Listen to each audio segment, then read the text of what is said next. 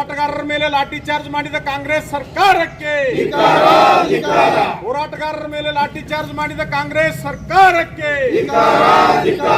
ಭಾರತ್ ಮಾತಾ ಕಿ ಭಾರತ್ ಮಾತಾ ಕಿ ಭಾರತೀಯ ಜನತಾ ಪಕ್ಷಕ್ಕೆ ಭಾರತೀಯ ಜನತಾ ಪಕ್ಷಕ್ಕೆ ಬನ್ಸಾಲಿ ವಿರೋಧಿ ಕಾಂಗ್ರೆಸ್ ಸರ್ಕಾರಕ್ಕೆ ಭಾರತ್ ಮಾತಾ ಕಿ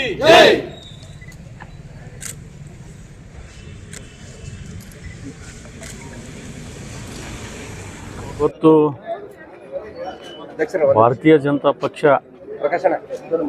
ಎಲ್ಲ ಮುಖಂಡರ ನೇತೃತ್ವದಲ್ಲಿ ನಮ್ಮ ಬಿಜಾಪುರ ಜಿಲ್ಲೆಯ ಜಿಲ್ಲಾಧಿಕಾರಿಗಳಿಗೆ ಒಂದು ಕಳೆದ 2024ರಲ್ಲಿ ಏನು ಹೋರಾಟವನ್ನು ಮಾಡ್ತಕ್ಕಂಥ ನಮ್ಮ ಪಂಚಮಸಾಲಿ ಸಮಾಜದ ಮೇಲೆ ಇವತ್ತು ಲಕ್ಷಾಂತರ ಜನ ಕೂಡಿದ ಸಂದರ್ಭದಲ್ಲಿ ಪೊಲೀಸ್ ಇಲಾಖೆಯವರು ಲಾಠಿ ಚಾರ್ಜ್ ಮಾಡಿ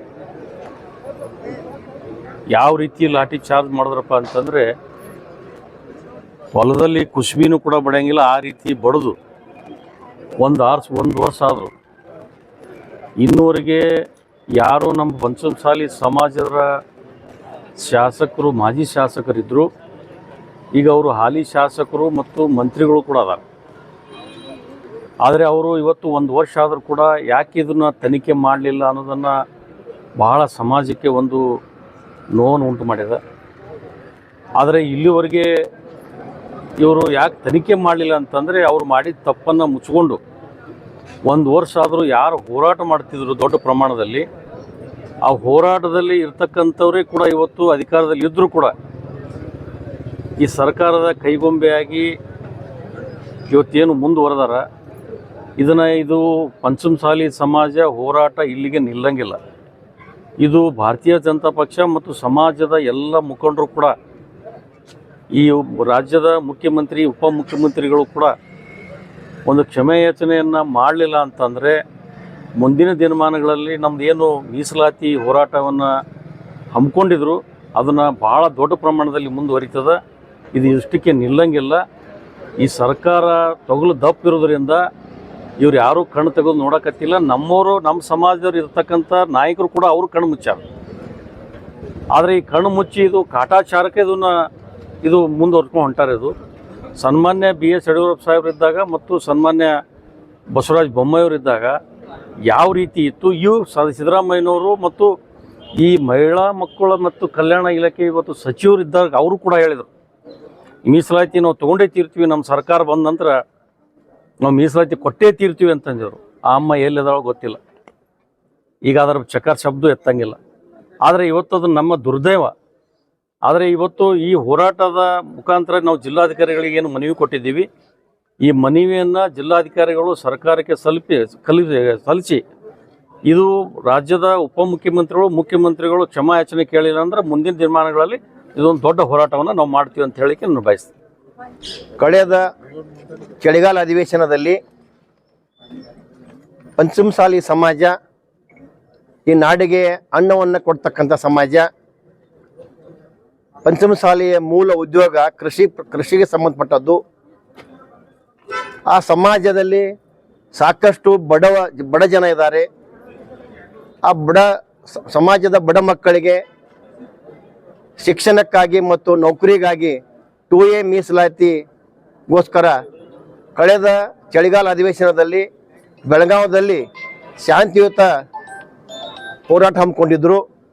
ಅಂಥ ಸಂದರ್ಭದಲ್ಲಿ ಇವತ್ತಿನ ಏನು ಕಾಂಗ್ರೆಸ್ ಸರ್ಕಾರ ಆ ಸಮಾಜದ ಮೇಲೆ ಲಾಠಿ ಪ್ರಹಾರ ಮಾಡುವ ಮೂಲಕ ಆ ಸಮಾಜದ ಭಾಳಷ್ಟು ಹಿರಿಯರು ಅವತ್ತು ಕಾಲು ಕಳ್ಕೊಂಡಿರ್ಬೋದು, ಸಾಕಷ್ಟು ರಕ್ತ ಬರುವ ಹಾಗೆ ಅವರಿಗೆ ಲಾಠಿ ಚಾರ್ಜ್ ಆಯಿತು. ನಾವು ವಿಚಾರ ಮಾಡಿದ್ವಿ, ಭಾರತೀಯ ಜನತಾ ಪಕ್ಷ ಏನು ಭಾರತೀಯ ಜನತಾ ಸರ್ಕಾರ ಇದ್ದಾಗ ಇವತ್ತಿನ ಏನು ಕಾಂಗ್ರೆಸ್ ಸರ್ಕಾರದ ಏನು ಮಂತ್ರಿಗಳದಾರ ಶಾಸಕರದಾರ ಅವತ್ತು ಭಾರತೀಯ ಜನತಾ ಪಕ್ಷದ ವಿರುದ್ಧ ಗಂಟ್ಲ ಹರ್ಕೋತಿದ್ರು, ನೀವು 2A ಮೀಸಲಾತಿ ಕೊಡ್ರಿ ಅಧ್ಯಕ್ಷ. ಇದು ಮೊದಲಿನಿಂದಲೂ ಕೂಡ ಹೋರಾಟ ಇದೆ. ಇದು ಭಾರತೀಯ ಜನತಾ ಪಕ್ಷ ಸರ್ಕಾರ ಇದ್ದಾಗ ಈ ಪಂಚಮಸಾಲಿ ಸಮಾಜ ಹೋರಾಟ ಕೇಳಿದಿತ್ತು, ಮಾಡ್ತಾ ಇತ್ತು. ಇದನ್ನರಿತ ನಮ್ಮ ಭಾರತೀಯ ಜನತಾ ಪಕ್ಷದ ಏನು ಮಾಜಿ ಮುಖ್ಯಮಂತ್ರಿ ಅಂತ BS ಯಡಿಯೂರಪ್ಪನವರು ಅವಾಗ ಮುಖ್ಯಮಂತ್ರಿ ಇದ್ದಾಗ ಈ ಪಂಚಮಸಾಲಿ ಸಮಾಜ ಜಾತಿ ಕಾಲಮ್ ಇಲ್ಲ ಅಂತಕ್ಕಂಥ ತಿಳ್ಕೊಂಡು ಅದನ್ನು ಜಾತಿ ಕಾಲಮಲ್ಲಿ ಸೇರಿಸಿ ಅದನ್ನ 3B ಕೊಡ್ತಕ್ಕಂಥ ಪ್ರಾಮಾಣಿಕ ಪ್ರಯತ್ನ ಭಾರತೀಯ ಜನತಾ ಪಕ್ಷ ಮಾಡಿತ್ತು. ಮುಂದೆ 2Aಗಾಗಿ ಹೋರಾಟ ಪ್ರಾರಂಭ ಆದಾಗ ಈ ಕಾಂಗ್ರೆಸ್ಸಿನ ಏನು ವಿರೋಧ ಪಕ್ಷದಾಗಿದ್ದು ಕಾಂಗ್ರೆಸ್ಸಿನ ಶಾಸಕರು ಮತ್ತು ಮಂತ್ರಿಗಳು ಅವತ್ತು ನಮ್ಮ ಸರ್ಕಾರ ಬಂದರೆ ನಾವು ಆ ಸಮಾಜಕ್ಕೆ 2A ಕೊಡ್ತೀವಿ ಅಂತಕ್ಕಂಥ ಏನು ಪ್ರಣಾಳಿಕೆ ಹೇಳಿದ್ರು. 24 ತಾಸು ಕೊಡ್ತಕ್ಕಂಥ 24 ಗಂಟೆಲಿ ನಾವು ಅದನ್ನು 2A ಮೀಸಲು ಕೊಡ್ತೀವಿ ಅಂತ ಹೇಳಿದ್ರು. ಅದನ್ನು ನಾವು ಇವತ್ತು ಭಾರತೀಯ ಜನತಾ ಪಕ್ಷ ಆ ಸಮಾಜಕ್ಕೆ ನ್ಯಾಯ ಸಿಗ್ತದೆ ಅಂತಕ್ಕಂಥ ನಂಬಿಕೆ ಇಟ್ಕೊಂಡು ನಾವು 1 ವರ್ಷ ನಾವು ಅವ್ರಿಗೆ ಸಮಯ ಕೊಟ್ಟೆವು. ಇವತ್ತು ಮತ್ತೆ ಒಂದು ವರ್ಷ ಆದ ನಂತರ ಕೂಡ ಬೆಳಗಾವದಲ್ಲಿ ಅಧಿವೇಶನ ನಡೀತಾ ಇದೆ.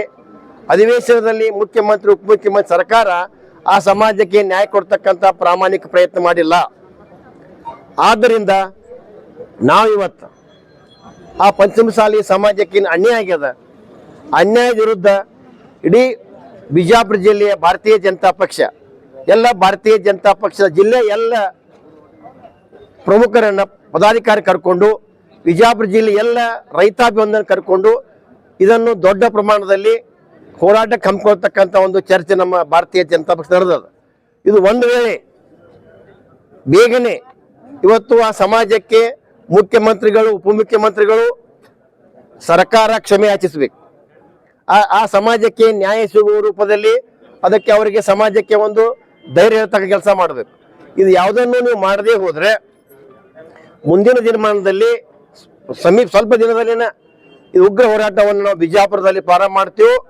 ನೀವು ಏನು ಲಾಠಿ ಚಾರ್ಜ್ ಮಾಡ್ತೀರಿ ಅಂತಕ್ಕಂಥದ್ದು ಇವನು ಏನು ಮಾಡ್ತೀರಿ ಅಂತಕ್ಕಂಥ ಇದನ್ನು ಗಟ್ಟಿಯಾಗಿ ಇವತ್ತು ಭಾರತೀಯ ಜನತಾ ಪಕ್ಷ ನಾವು ಇವತ್ತೆಲ್ಲ ಆ ನೋವನ್ನು ಅನುಭವಿಸಿ ಆ ಸಮಾಜಕ್ಕೆ ನ್ಯಾಯ ಕೊಡ್ಲಿಕ್ಕೆ ನಮ್ಮ ಭಾರತೀಯ ಜನತಾ ಹೋರಾಟ ಹಮ್ಮಿಕೊಳ್ಳೋದ ಬೇಗನೆ ಎತ್ತರಗೊಂಡು ಆ ಸಮಾಜಕ್ಕೆ ನ್ಯಾಯ ಕೊಡಿರ್ತೇವೆ ನಮ್ಮ ಮೂಲಕ ಮನವಿ ಮಾಡ್ತೀವಿ. ಏನು ಹೋರಾಟಗಳನ್ನ ನಾವು ರೂಪರೇಷೆಯನ್ನು ಮಾಡಿಕೊಂಡು ಹೋರಾಟವನ್ನು ಮಾಡ್ತೀವಿ ಮತ್ತು ಇವತ್ತು ಅದಕ್ಕೆ ಭಾರತೀಯ ಜನತಾ ಪಕ್ಷ ಈ ಒಂದು ಪಂಚಮಸಾಲಿ ಸಮಾಜಕ್ಕೆ ಆದಂತಹ ಒಂದು ಘೋರ ಅನ್ಯಾಯದ ವಿರುದ್ಧವಾಗಿ ಇವತ್ತು ಮಾನ್ಯ ಜಿಲ್ಲಾಧಿಕಾರಿಗಳಿಗೆ ಒಂದು ಮನವಿಯನ್ನು ಸಲ್ಲಿಸಲಿಕ್ಕೆ ನಾವು ಬಂದಿದ್ದೀವಿ ಮತ್ತು ಈ ಒಂದು ಮನವಿಯನ್ನು ನಮ್ಮ ಜಿಲ್ಲಾಧಿಕಾರಿ ಸಾಹೇಬರು ಸರ್ಕಾರಕ್ಕೆ ಅದನ್ನು ಕಳಿಸಿಕೊಡ್ಬೇಕಂತ ಹೇಳಿ ನಾನು ವಿನಂತಿಸಿಕೊಂಡು ನನ್ನ 2 ಮಾತು